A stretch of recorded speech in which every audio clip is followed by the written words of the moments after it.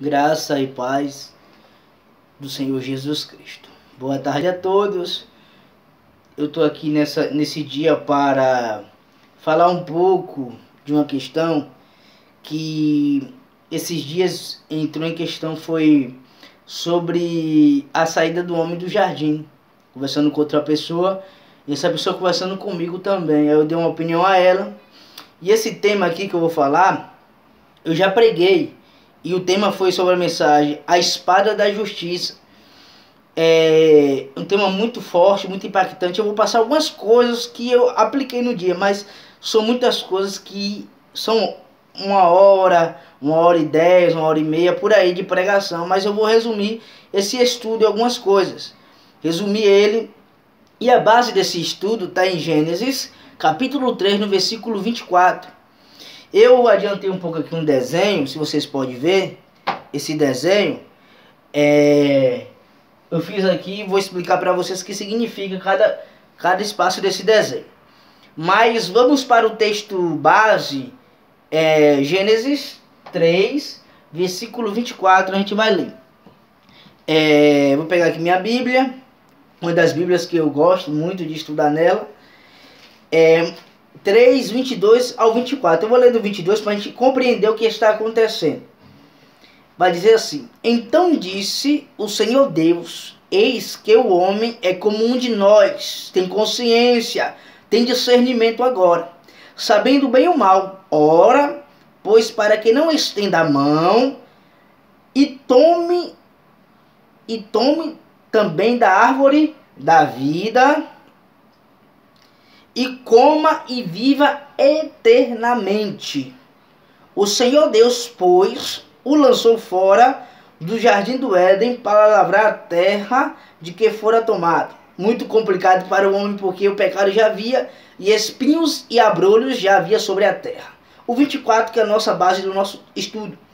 E havendo lançado fora o homem, lançou fora o homem, pois querubins, representando aqui querubins, ao oriente do jardim do Éden, e uma espada, representando a espada, inflamada, que andava ao redor para guardar o caminho da árvore da vida.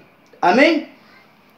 Então, o nosso estudo hoje é acerca de quando o homem é expulso do jardim e Deus coloca um caminho. Existe um caminho, existe uma espada, existe uma árvore da vida. E existe querubins guardando o oriente do Éden. Se nós formos notar na palavra de Deus, em Gênesis capítulo 2, o homem, ele é criado por Deus. No versículo 10, se eu não me engano, Deus criou um jardim Éden. E nesse jardim havia 4 rios. E 4 rios representavam 4 braços. E para sair 4 braços, então é um quadrado. O Éden era quadrado. Rio Pison, Gion, Tigres e Eufrates. Mas eu não quero falar sobre isso. Então o homem estava dentro do jardim para lavrar e guardar ali a terra. A Bíblia nos diz no versículo 22 que o homem agora tinha consciência dos seus atos. Se nós olharmos lá em Gênesis capítulo 2, versículo 7, a Bíblia vai dizer que abriram os olhos de ambos. É muito impactante sobre esses olhos. Eu tenho uma análise de estudo comigo que esse terceiro olho é o olho que Deus vai dizer em Gênesis 3:22. A consciência. Por quê? Esses olhos que são abertos do homem é os olhos da alma, os olhos da consciência. Que isso não quero abordar agora, que eu aplico no estudo de escatologia, eu aplico esse estudo. Voltando cá. Então, o homem agora, Deus, ele põe o quê? Querubins ao oriente do Éden. Então, uma linha de raciocínio de alguns estudiosos é que diz que a primeira missão de qualquer pessoa na Bíblia Sagrada é uma das principais características. Ou seja, a primeira missão dos querubins é protegendo a árvore, o caminho e a espada. Ou seja, então qual é a função de um querubim? Guardar, proteger o que Deus designou para ele proteger. Aí me pergunta, irmão Jonatas, porque Lúcifer, ele desceu do céu. Por quê? Porque a função de um querubim na Bíblia Sagrada vai dizer em Ezequiel que ele fica debaixo da plataforma do trono de Deus. Ou seja, a função do querubim é estar debaixo da plataforma do trono de Deus. Porém que Lúcifer ele tinha um patamar melhor, ou ser maior. Ele andava sobre as pedras afogueadas, mas ele tentou subir. Então o querubim, diante da hierarquia angelical, ele não pode subir. Por quê? Ele tem que ficar embaixo da plataforma sustentando o trono de Deus. Porém que a Bíblia diz em Isaías 6 que os serafins estavam em cima, ou seja, adorador, ele continua adorando Deus, deixa subir ao redor do trono. Mas quem não é adorador e tenta subir aonde Deus não manda, Deus manda descer, ou seja, a função que Lúcifer era ficar protegendo e estabelecendo o reino de Deus. Porém que ele temou e ele desceu. Não tem que subir, seja um adorador, esconda o seu rosto e deixa o rosto de Deus aparecer na sua vida. Amém? Voltando cá sobre o estudo, então qual era a função de Adão? A função de Adão era obedecer à ordem de Deus. E qual era a ordem? Não comer do fruto proibido, ou seja, não comer da árvore do conhecimento do bem e do mal. Então ele sai do jardim do Éden. Então os querubins estão com a função de guardar esse caminho e essa árvore. Então, observe aqui no texto que vai dizer que havia um caminho, havia uma espada que protegia a árvore. Então, nós temos aqui um caminho que eu desenhei, uma espada e uma árvore. Você já entendeu o mistério? Jesus disse, eu sou o caminho, a verdade e a vida. Ninguém vem ao Pai se não for por mim. Então, qual está o segredo aqui que o homem aqui representado, homem após a queda, homem caído. Então ele não podia ter mais vida, porque se ele pudesse ter vida, ele teria que passar pela espada.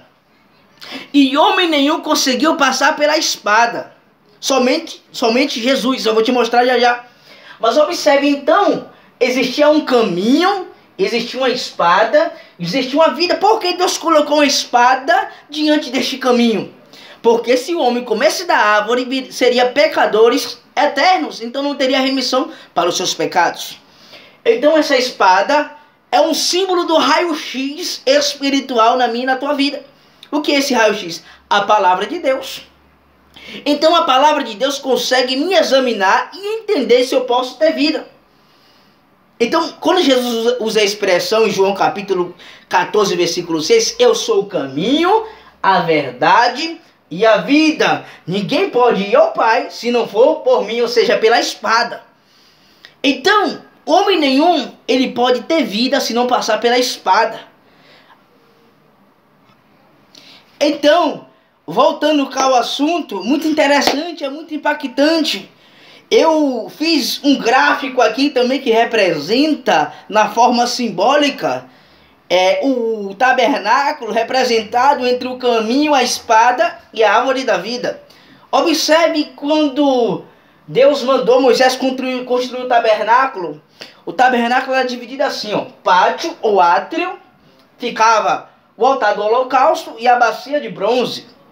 No lugar santo ficava o candelabro de ouro, ou candeeiro, as mesas do pães da proposição, que eram 12 pães da tribo de Israel, e o altar do incenso, que queimava o gálbano, estoraque e onixa, 3 especiarias que davam aroma ao lugar santo. E no último lugar santo dos santos, que tinha a arca da aliança, que continha o maná, a tauba e as varas de Arões que floresceram. Então, nessa forma simbólica aqui, os judeus tinham entre eles escrito simbologicamente entre cada parte desse tabernáculo, era o caminho, representava o átrio. Existia um véu que separava o átrio do santo, que era um véu chamado verdade. E o véu que separava o lugar santo do santíssimo era chamado de vida. Então, nesse tabernáculo maravilhoso de Moisés, também se dividia esses lugares em caminho, verdade e vida.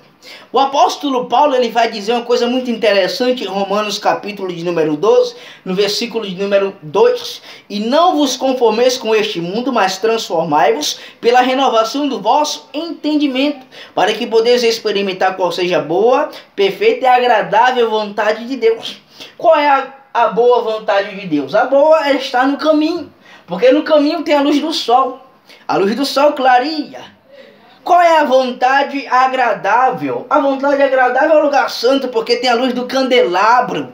A luz do candelabro era acesa 24 horas pelos sacerdotes. E qual é a perfeita vontade de Deus? A perfeita vontade de Deus é o lugar santo dos santos, porque o lugar santo dos santos não tinha luz, mas quando a presença de Deus, uma vez por ano, se manifestava, a glória de Deus era a verdadeira luz entre o povo de Israel.